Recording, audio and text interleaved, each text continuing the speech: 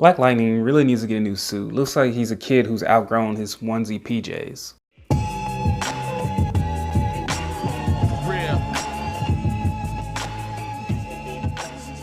Welcome to this spoiler-filled review of Young Justice Season 3 finale. In this review, I'll be breaking down the last 3 episodes, my top 5 moments, my top 5 MVPs, and some of my predictions for the next season. So let's start with a breakdown of the first episode, Into the Breach. In this episode, the Outsiders, which is Beast Boy's team, along with Cyborg, they're really the important ones here.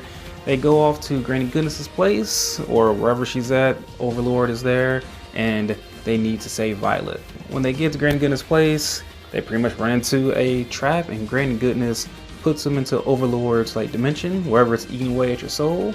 And then she purposely wants to have Beast Boy watch as they all kind of die in agony or just excruciating pain, and they have an epic fight. This might be the best fight of the season, which is kind of telling that the season I don't think was that action packed, but I still really love this fight. Granny Goodness, I've never seen her be so dominant, and it's just so weird to see an old lady just beating the crap out of a person who could turn into different animals. She was just brutal. They did a really good job of using blood. Sometimes blood is overused, but here it's to show exactly what Beast Boy is going through. And I really love that he really fought back, he wasn't giving up. This is probably the best Granny Goodness I've seen. She was really the main antagonist this season, and I didn't think that was going to be the case when we started at least this half of the season. I was thinking that she would just be more of that pawn, but she was really the main player. She was really the final boss. Anyway, Cyborg finds Violet and he gets her to stop using the anti-life equation on everybody, and she goes full ham on Granny Goodness, and I feel like she had this transformation, and I absolutely love seeing that rainbow of Violet. I just feel like she just reached a whole new level. She got a whole new sense of her powers and abilities. She's no longer that frail little girl who got these powers and didn't know how to do them. She hasn't been killed in a couple different episodes. It's been several episodes since she's been killed, so that's growth right there. And they saved the entire Justice League from being on the anti-life equation, and they call out Granny Goodness for all of her wrongdoing she's done, and they made all that information public. So to me, this episode felt a lot like the finale itself. Everything after this seems to be more just build up and stuff, but this seemed like a really good concrete finale to the season, because it really ended with Victor finding out who he is, because he had to go against Overlord. He had to really accept that he is the cyborg, and I love seeing his arc here. And of course, like I said, Violet had a really good arc also. On to the next episode of Overwhelmed. This episode was literally the calm before the storm, and that is what they call it in the description. And it makes a lot of sense, because really the characters are just kind of sitting around and being themselves. You could call it a fillerish episode. I don't feel like it's that impactful to the entire story, at least of this season, but filler episodes can be used to a great effect, and I think Young Justice does that really well. Here the main focus is on Artemis and how she's still not completely over Wally's death. Her and Roy Harper, or Will Harper, I forget his actual or fake or new name, but they've been living together for a really long time now, and there's sort of these feelings developing, and there's sort of this sexual chemistry happening there. And so do they want to take their relationship to the next step? Well, they do kiss, and she feels guilty. She feels like she has betrayed the memory of Wally, and she feels like she wants to move forward. And Artemis is just begging Zatanna to bring Wally back, because she needs to talk to him. She needs to get some closure. And Zatanna brings Megan and Rocket with her to console her, because she knows what she's going to go through. So Zatanna puts her sort of in this dream state where she can sort of live with Wally, but it's really intoxicating. It's really tempting to just live in this place where everything is great. She's engaged to Wally, they have a kid. It's just the most perfect life she could imagine. But if she's there for too long, she's going to get trapped in that dream. As well as a very, very sentimental piece here. Wally eventually tells her, you have to go. You can't be here. You gotta move on. You gotta get past me. I know you can find love again. So that moment, absolutely beautiful. And in the next episode of Nevermore, Brion's uncle breaks out of prison or wherever he's at, and he takes over Markoverberg?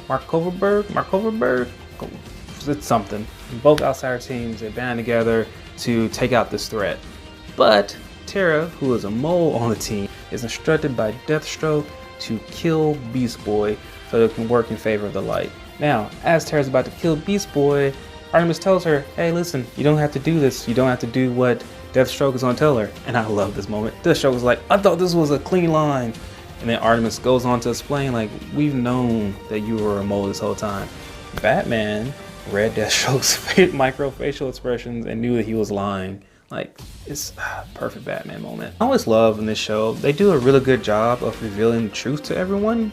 I mean, we did in season 1 when Miss Martian was lying, when Superboy was lying, when pretty much everyone was lying. And then every now and then someone's like, yeah, I knew that all along. It didn't matter though. They capture Brion's uncle, then his uncle escapes, and Brion captures him again. And his uncle's like, I'm gonna keep doing this as long as I'm alive. And then Brion is like, yes, you're right. And he freaking kills him with the lava. And like, geez, I haven't seen someone get killed like that. And I don't know what the show's even rated, PG-13 or something. But it was a jaw-dropping moment. And I absolutely love the way the team reacts to it. Like, it's no cheering. It's like, no, we don't do that. You're not a hero. Like, one of the things I absolutely love about this show, that the heroes keep on reiterating just what a hero is. Like, you don't have to put on a cape to be a hero. You don't have to join this team. There's other things you can do. You can go help out at the center. You can go be a teacher like Miss Martian. There's plenty of things you have to do. Also, don't take this life lightly. Like, they've seen people get killed. And I feel like because they're seeing Wally get killed, they keep reiterating this over and over again because they know the sacrifices that it takes to do what they do. I feel like you don't get that in a lot of superhero stories. But then Brion's like, all right, Nightwing, you guys got to go. So all the leagues, the team, the Outsiders, the Justice League, they have a huge meeting, and then they decide that they're all going to be one joint team working in unison together, no longer working in the shadows. And then they all elect Jefferson to become the leader of the Justice Leagues. And I absolutely love this arc that Black Lightning went on. First, he loses faith in himself for killing that monster who turned out to be a little girl. Then he loses faith in the team and everything that they were doing, and how Batman backstabbed everyone, and how they were all working in cahoots behind each other's back. And then he finally started to, feel like he's better, and he had that girl, and then he lost faith in her. And he just was just put through the ringer this season, and to come out the other side, to still fight for what's right, still be the heart and conscience of the team, I think it was a great arc, and kudos to Black Lightning. Alright, so that's the finale. Let's get on to my top 5 moments. Moment number 5, Beast Boy versus Granny. That fight was just so freaking brutal. Granny Goodness just was beating him like he stole something. Like, it was no joke. She was putting hands on him.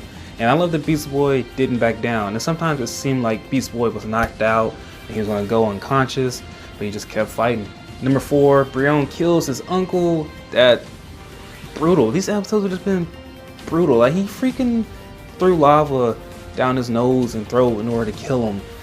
And the music with it was just so impactful. They do such a good job of making it seem like a horror moment, making it seem like, no, this isn't right.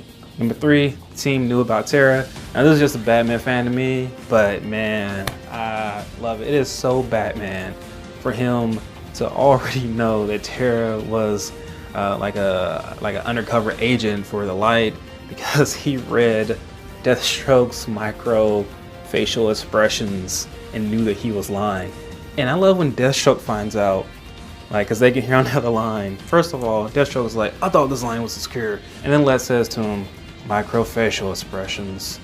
I didn't know he could see me. Like, it's Batman. You don't know. And like, Batman has been running everything. He's been running the whole team. He's barely even in this season. Number 2, Black Lightning's speech and just the whole team's coming together. This felt like the culmination of really all 3 seasons, I think, and just love seeing all these leaguers out here. Like, me watching this as a DC fan is amazing. Like, I question to myself, like, is this what Marvel fans feel like when they watch like Endgame and Avengers and stuff? Like, I enjoy those movies, but I don't get the same enjoyment out of them that Marvel fans do. But I do get a huge enjoyment of watching Young Justice Outsiders. Number 1 moment, Artemis and Wally. Wally was just so much of the heart and soul of the team, and his absence has been felt not only by the team members, but by us, the audience. And when Artemis sees him and she says like, "Oh, you're really dead," like I thought, wow, they literally put the nail in his coffin that Wally is in fact dead. Like I think Greg Weisman had said before, he's like, "Oh, the Speed Force doesn't exist on here." So I was thinking like, wow, they got the balls to like kill a character who could easily come back from the dead and then not bring him back. And then afterwards when Zatanna's like, "I didn't do that." So then they open the door like, oh, I think Wally's coming back. On to my top 5 MVPs of the finale. Number 5 is Granny Goodness. Like I said, this is the best version of Granny Goodness I've seen. Number 4 is Artemis. I mean, she just had the best moment, and I love where these characters have gone to. Artemis seems to be like one of the most like loyal, compassionate people there is, because she's, you know, she almost went down the wrong side of the track, and you know, she's just has a lot of patience, and I really enjoyed that character. Number 3 is Cyborg. I really love seeing him just take complete ownership of who he is, and also he did a lot in this episode. He's going on to be a more happier Cyborg. Also, he was really incremental in beating Granny Goodness. Number 2, Violet. Violet, like just her happiness and her joy and all the powers that she has. Even though I feel like she should use more of them more often. Number 1 MVP is definitely Black Lightning. I just loved his character arc all throughout this season.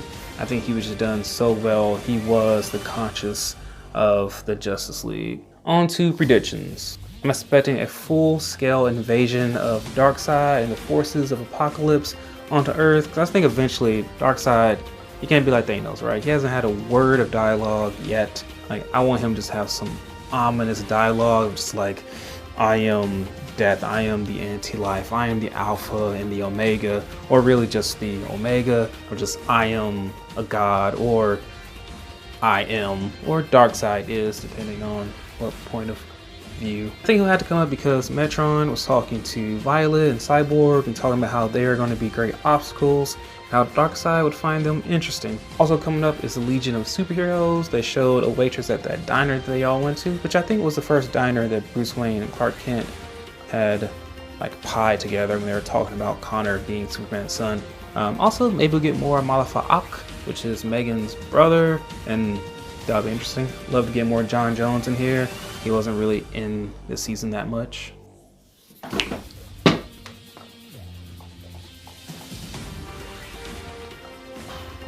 Wally has to come back, especially now, because I feel like instead of putting a nail in that coffin, they kind of dug up the grave a little bit. Imagine him coming out of the Speed Force and then the Zeta Tube saying, "Recognize, Beep 003, Kid Flash," and everyone being like, Kid Flash is right there. There's Bart, and everyone just turns and looks like, "Oh, there's Wally," and I'm just waiting for that moment. I'm pretty sure I'm gonna cry when that moment comes. If it doesn't come, I'll be a little disappointed. This is something that I want to happen that probably won't happen. Bat Family. I need more Bat Family. I just want a Bat Family spinoff, really. All the seeds are there. I mean, you got Jason, you got little baby Damien, you got freaking everybody you need. Like, I just want there to be a Bat Family. Also, I want Dick and Barbara to like get married. I don't know, I just want superheroes to be happy.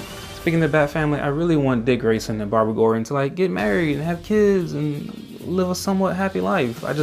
Dick Grayson is one of my favorite characters. I think he would do a good enough job of balancing his family life with his superhero life.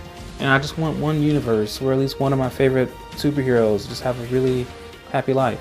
Speaking of marriages, I'm pretty sure next season, Connor Kent and Miss Martian will eventually tie the knot.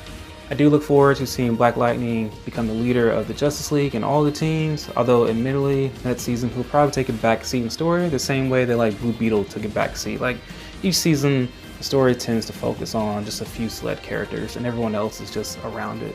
What I hope to see is more Milestone characters interacting with each other, maybe just spin off the Milestone stuff. That would never happen because rights and stuff, lawsuits or whatever. Also, random note, what is up with that random Lobo thing that's growing? Like, Lobo's thumb, I think, got chopped off in an episode, and it's been growing into a little Lobo baby. Like, is that the new 52 Lobo that no one liked? Or maybe This couldn't have been the first time that Lobo piece of him got cut off. Maybe there's a bunch of Lobos out there. Alright, that's my review. Let me know your thoughts. Let me know what was your favorite moments of this season, of these finale, what were your favorite characters. Let me know everything. If you liked this video, please like, comment, and consider subscribing. And sincerely, thank you for watching. I'm out.